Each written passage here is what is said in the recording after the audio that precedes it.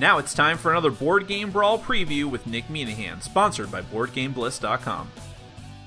Hey folks, today we're going to take a look at a game that is currently seeking funding on Kickstarter. That game is called ELO Darkness, and it's from Reggie Games. If you like what you see throughout the rest of this preview video, I'm going to encourage you to go to the official Kickstarter project page. You can do that by following the link in the top corner of your screen, as well as down in the description section underneath this video. Now, ELO Darkness is a competitive MOBA-based game. So there are these, I've talked about these before, there are video games called MOBA games. There's like massive online battle arena games, where it's basically tower defense mixed with the team-based combat, where it could just be two players. That's primarily how this game is played, where you have a team of warriors that go up against another player, but you can actually play this game in teams as well with up to 4 players.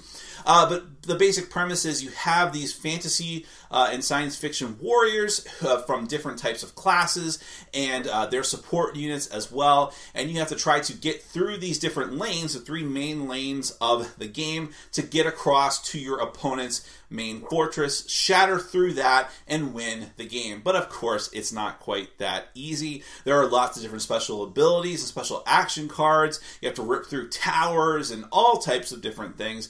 So let's go ahead and take a quick look at how the game is played with a prototype version of the game. So do bear in mind that what may show up in the final version may be a little bit different than what you see here. But in any event, then we're going to come back. We will discuss it further.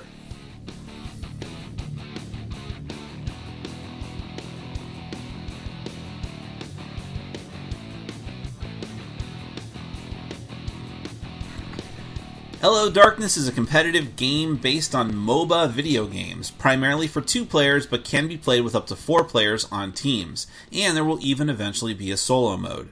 Players utilize a deck of cards representing 5 heroes, and you'll take them across the lanes of the battlefield and try to breach the opponent's base. If you can do so, you win the game. Set up the game by laying out the game board. The final version will have a different side for team games, but this side is for 2 players. Each player has a pre-made deck they'll start with, as well as a set of roaming and free lane cards, and a set of item cards and their upgrades that your heroes can utilize.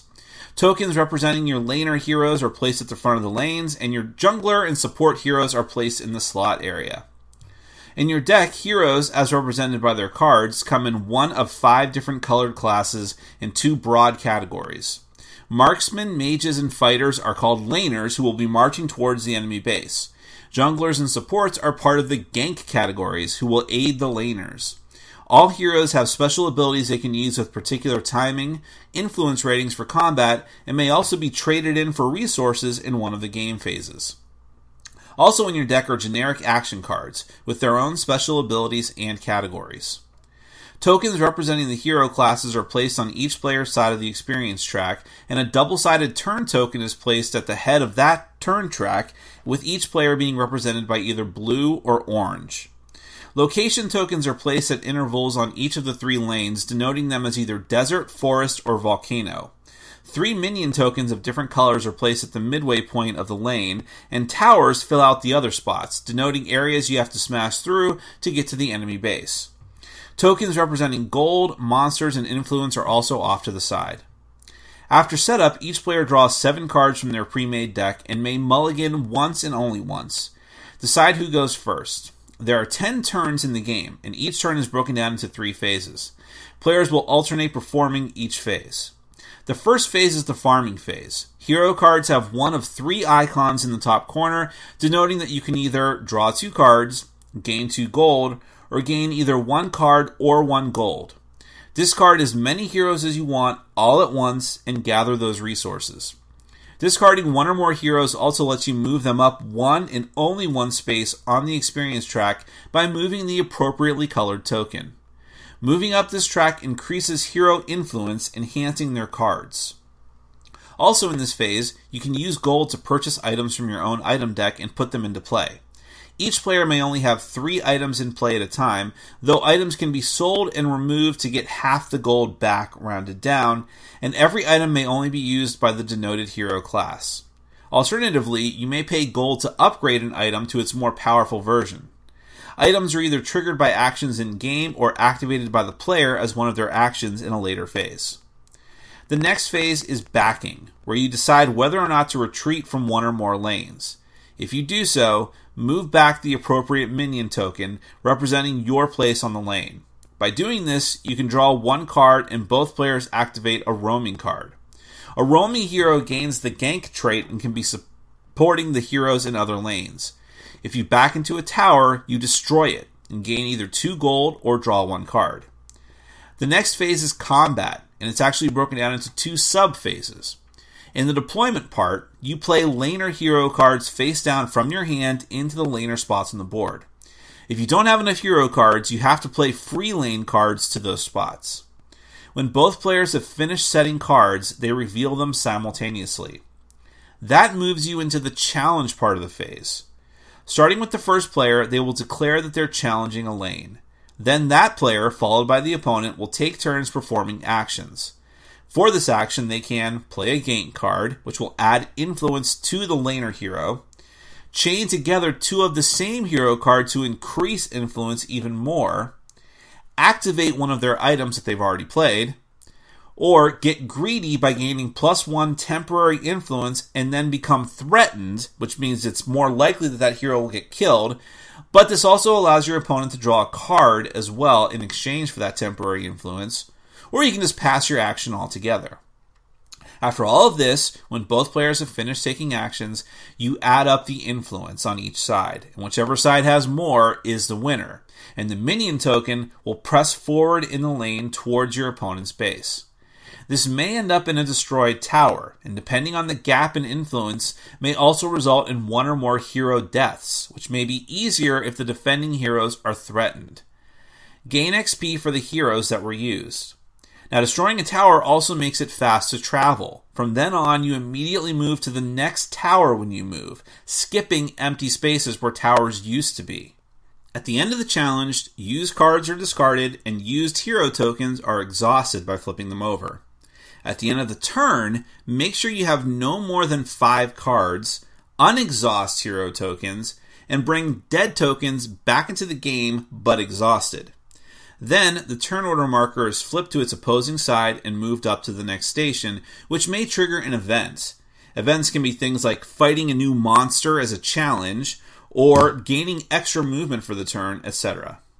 If you can smash through your opponent's last tower defense and move into their base, you have won the game automatically. Now, it's also possible that the game goes on for more than 10 turns. If after 10 turns no one has won the game outright in that way, you add up how many towers have been destroyed on each side. Whoever has destroyed more of their opponent's towers will win the game. That is ELO Darkness.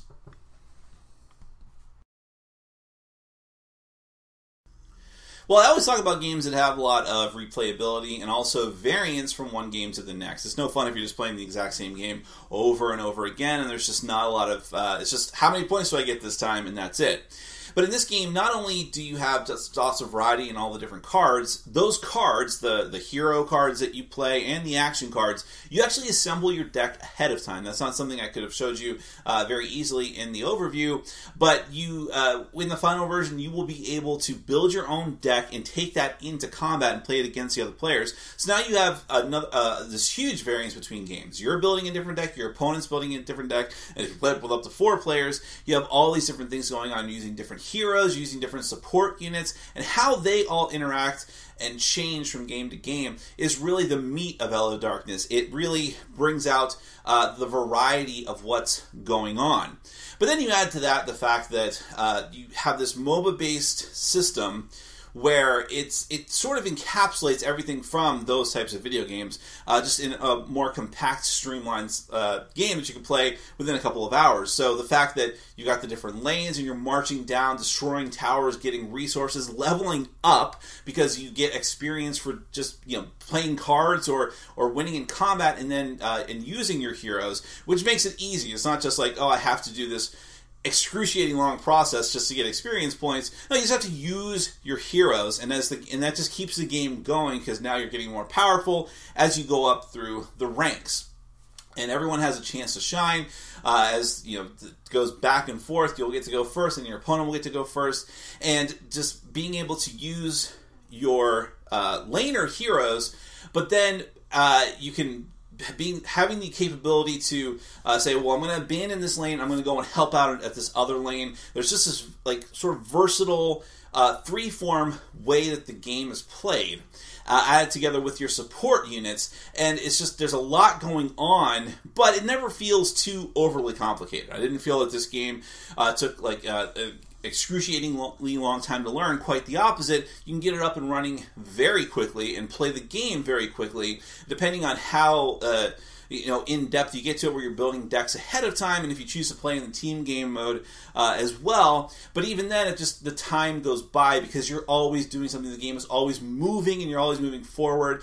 And again, the game accelerates on its own as you get more powerful, as you rip through the towers, and then you're collapsing those spaces, which is another interesting aspect of it too. And there's just so many different types of cards and special abilities and action cards that you can use that it's difficult to imagine people who are into this type of game would get bored easily from game to game. So if any of that appeals to you, if you like those type of video games and you're eager to try that sort of thing on a tabletop setting, if you just like the different variety of cards in the deck building aspect of games like Magic the Gathering applied to a game that's very different like this, don't take my word for any of this. You can go to the official Kickstarter project page and find out more for yourself. It's going on right now. You can follow the link in the top corner of your screen, as well as down in the description section underneath this video. Those links will take you to the page. You can find out more and hopefully consider backing the project. That is ELO Darkness from Reggie Games. Thank you so much, as always, for watching and for supporting our sponsors. Take care. Thanks for watching. Follow us on Facebook, Twitter, and Patreon. And make sure to check out our sponsor, Board Game Bliss, where you can find an amazing selection of games from around the world. BoardGameBliss.com. Thanks for your support.